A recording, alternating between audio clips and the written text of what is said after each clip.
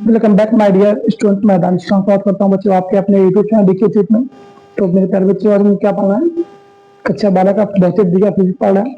पाठ का नाम है विद्युत आवेश एवं क्षेत्र, इलेक्ट्रिक चार्ज एंड फील्ड। आज के टॉपिक पढ़ना है विद्युत द्विध्रुव के कारण निरक्षीय स्थिति में विद्युत क्षेत्र की तीव्रता का व्यंजक। इससे पहले की वीडियो हमने अच्छी स्थिति में विद्युत क्षेत्र की तीव्रता का व्यंजक ज्ञात किया था। आज हम लोग क्या पढ़ेंगे? निरक्षीय स्थिति में विद्युत क्षेत्र की तीव्रता का व्यंजक। चलिए स्टार्ट करते हैं। बेटा एक विद्युत द्विध्रुव है जो कि +q और -q आवेश से मिलकर बना है। +q और -q आवेश से मिलकर बना है। मेरे पास दो बिंदु तो ए और बी। ए पे +q आवेश और बी पे -q आवेश रखा हुआ है द्विध्रुव।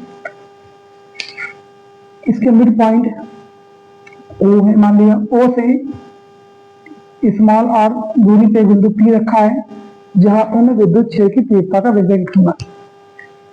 मानिए O से A तक स्मॉल a दूरी, O से B तक स्मॉल a दूरी, तो टोटल दूरी कितनी होगी? 2a।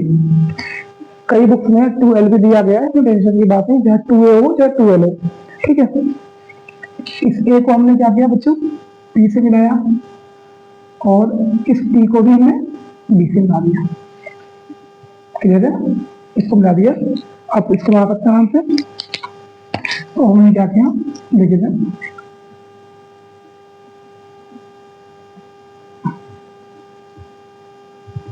और यहाँ पे लिखा विद्युत क्षेत्र की तीव्रता E। जहाँ पे हमें विद्युत क्षेत्र की तीव्रता E का व्यंजक निकालना है और E को मैं दो घटकों में बांट दिया, एक EA और एक EE। E1 E2 मान सकते, ठीक है। अभी बाद में इसका नामांकन करेंगे तो क्या होगा? पहले जो हमने थ्योरी बोली तो आपको ऐसे ही लिखना पड़ेगा। माना दो बिंदु आवेश हैं जो +q और -q से मिलकर बने हैं, उनके बीच की दूरी कितनी है? 2a है। और O से R दूरी पे बिंदु P रखा है जहां पे विद्युत क्षेत्र की तीव्रता का व्यंजक निकालना है। क्लियर है? जहां पे हमको विद्युत क्षेत्र की तीव्रता का व्यंजक निकालना है तो इतनी थ्योरी आपको लिखनी पड़ेगी, क्योंकि हम लिखेंगे तो टाइम वेस्ट होगा। तब लिखेंगे तब +q आवेश के कारण, तब +q आवेश के कारण विद्युत क्षेत्र की तीव्रता, विद्युत क्षेत्र की तीव्रता हम आपको रिमेम्बर होगा बच्चों, हमें विद्युत क्षेत्र की तीव्रता क्या रहेगा? E बराबर 1/4 पाई ε0 q बटे r स्क्वायर। ये हमारा फार्मूला होता है विद्युत क्षेत्र की तीव्रता का व्यंजक, ठीक है। तो इसको का मॉडिफाइड करते हुए आगे बढ़ाएंगे। तो हम लोग तीव्रता दो में बटा E1 E2, तो हम लोग +q भी ले रहे हैं तो E1 लेंगे, मतलब -q के लेंगे तो E2 ले लेंगे। तो E1 यहाँ रखेंगे हम, E1 बराबर 1/4 पाई ε0 q बटे r स्क्वायर। दूरी कितनी? ये निकालनी पड़ेगी बच्चों को। तो ये निकालने के लिए हम लोग क्या करेंगे? यहाँ पे पाइथागोरस में लगा देंगे। देखिए ये r है त्रिभुज में, इस वाले में, चाहे इस वाले बात वही है, ये r है ये a है, ठीक है। तो ये निकालेंगे तो क्या हो जाएगा? आधार का स्क्वायर लंब का स्क्वायर। तो यहाँ आप लिख के दिखाते हैं, आपको दिखा देते हैं। ये है r और ये है a। तो हम पाइथागोरस प्रमेय लगाएंगे तो क्या होता है? वो कर्ण स्क्वायर बराबर लंब स्क्वायर प्लस के आधार का स्क्वायर। तो कर्ण कितना हमारे पास है? निकालना है कर्ण स्क्वायर निकाल, लंब कितना है? r का स्क्वायर, आधार कितना है? स्मॉल a का स्क्वायर। तो ये पावर दो हटाएंगे यहाँ पे, तो यहाँ क्या आ जाएगा? अंडर आ जाएगा r square plus a square. Clear? तो यहाँ पे क्या बन गया हमारा? r square plus a square. तो ये हमारा कर्ण कितना आ गया? r स्क्वायर प्लस के a स्क्वायर। और वही चीज यहाँ पे भी आ गई, r स्क्वायर प्लस के a स्क्वायर। टेंशन वाली बात नहीं कोई भी, ठीक है। तो हम क्या रखेंगे? पहले a से p दिशा में अभी, तो AP स्क्वायर की दिशा में हम AP सकते हैं, ठीक है। तो E1 बराबर 1/4 पाई ε0 q बटे AP क्या हमारे पास है? ये है, इसका स्क्वायर जब करेंगे हम r square plus a square, root में है, इसका स्क्वायर करेंगे तो ये रूट और ये 2 कट जाएगा। तो E2 कितना आ जाएगा हमारे पास? 1/4 पाई ε0 q बटे r स्क्वायर और प्लस के a स्क्वायर बचेगा हमारे पास। It is called equation number 1, ठीक है। इक्वेशन के यहाँ पर इक्वेशन नंबर 1। इसी तरीके से हम -2 आवेश के कारण निकालेंगे। तब हम निकालेंगे -2 आवेश के कारण विद्युत क्षेत्र की तीव्रता, विद्युत क्षेत्र की तीव्रता, इसको देखेंगे बच्चों। तो हम लोग डाई लगाएंगे यहाँ पे E1 था, ठीक। हम लोग क्या करेंगे, E2 करेंगे। तो E2 कितना जाएगा पास, डायरेक्ट करेंगे। अब हम इतना जब करेंगे तो नहीं है, 2 AP की जगह डायरेक्ट आएगा। पहले हम लोग AP था, अब B से E आएगा, तो जो दूरी ये है वही दूरी है, तो यहाँ पे क्या जाएगा, सेम वही आ जाएगा। E2 भी आगे 1/4 पाई, अब pi square 2/r square plus के a square. It is called equation number 2। Clear है। तो हम क्या करेंगे, जो तीव्रता E है इसको दो भागों में बांटेंगे, E1 E2 में। हमने क्या किया,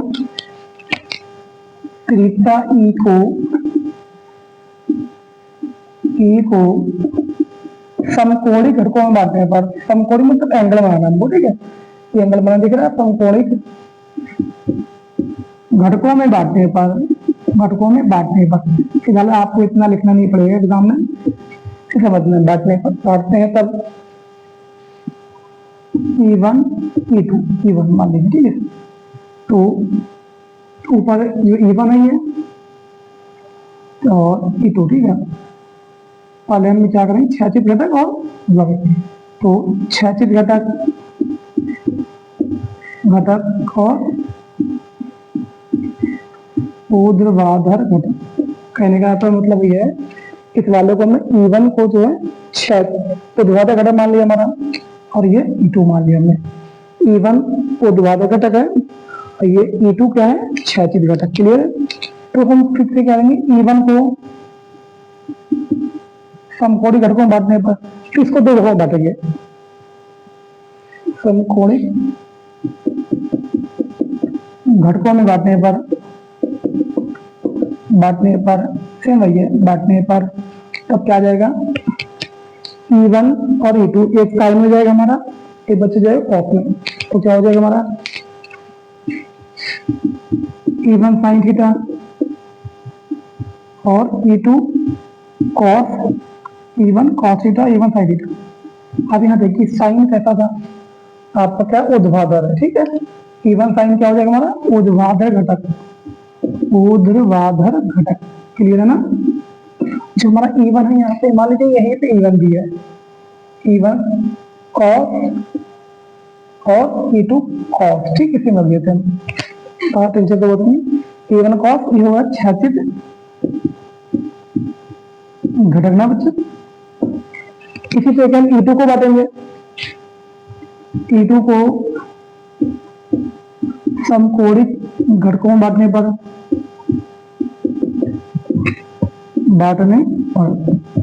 आप एक बार समझ लीजिए, बाल भी आपको समझ जरूरत नहीं, डायरेक्ट बताएंगे तो आपको रट लेंगे, फायदा नहीं कुछ। तो E2 साइन और E2 कॉस, ठीक है। E2 साइन में क्या था हमारा, ऊर्ध्वाधर घटक, ऊर्ध्वाधर घटक, और E2 कॉस क्या है, क्षैतिज घटक, ठीक। तो थोड़ी लिखनी पड़ेगी आपको बच्चों, नहीं लिखेंगे तो आपको अंडरस्टैंडिंग की आपकी डेवलप नहीं हो पाएगा, अच्छे से समझ नहीं पाएंगे, इसलिए इसको लिखवा रहे हैं, ठीक है। क्लियर ना, इसलिए लिखवा रहे हैं आपको। चलिए अब हम ज़्यादा रह नहीं गया। अब यहाँ देखिए E1 और E1 साइन, ये हो गया हमारा E1 साइन थीटा, नीचे क्या आएगा E2 sine theta, E1 cos E2 cos. जितना बल ऊपर लग रहा है E1 में, उतना ही E2 में लग रहा है। E1 साइन जितना बल लग रहा है ऊपर, उतना ही बल नीचे E2 में लग रहा है। तो E1 साइन E2 साइन आपस में विपरीत होने के कारण एक दूसरे को नष्ट कर देंगे, ये बात हम लिखते हैं। E1 साइन थीटा व E2 साइन थीटा विपरीत होने के कारण बराबर व विपरीत होने के कारण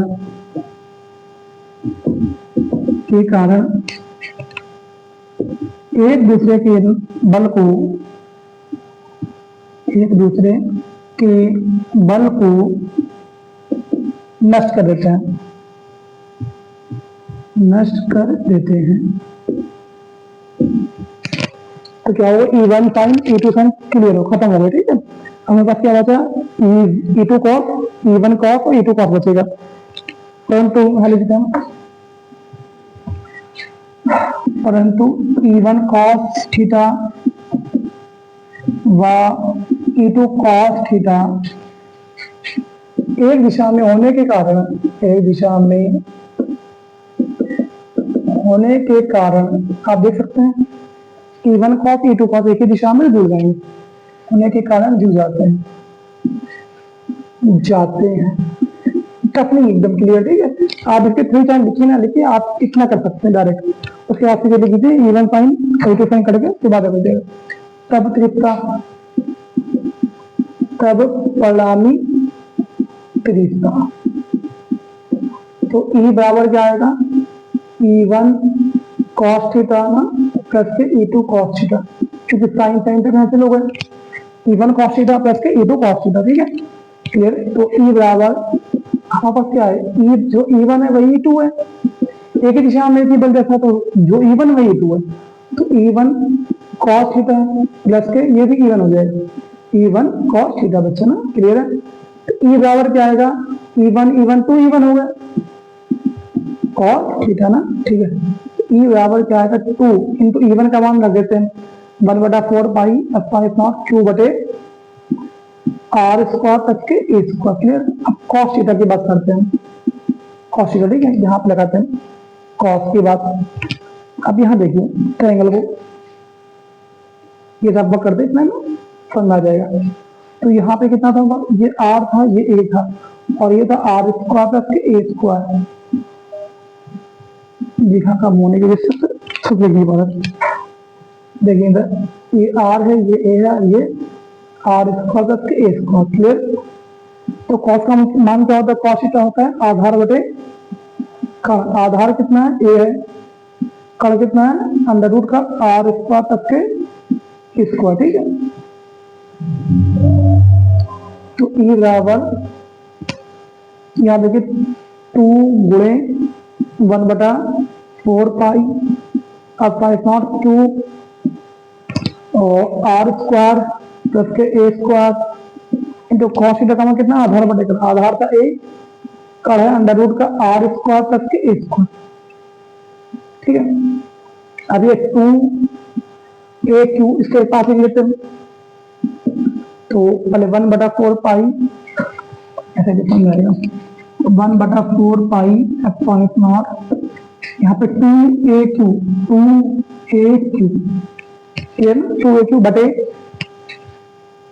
R स्क्वायर A स्क्वायर। अब यहाँ पर ध्यान दीजिएगा आप लोग, ये रूट है, रूट में R स्क्वायर A स्क्वायर, बिना रूट के R स्क्वायर A स्क्वायर, इसकी पूरे की पावर 1 मान ली जाएगी, प्लस जब रूट हो ना उसको पावर आधी मानते, क्या मानते, आधी पावर 1/2 आ गया। E बराबर 1/4 पाई एप्सिलॉन 2AQ क्या होता है बच्चों, T होता है ना, T का मान क्या था, T बराबर 2AQ विद्युत द्विध्रुव आघूर्ण, विद्युत द्विध्रुव।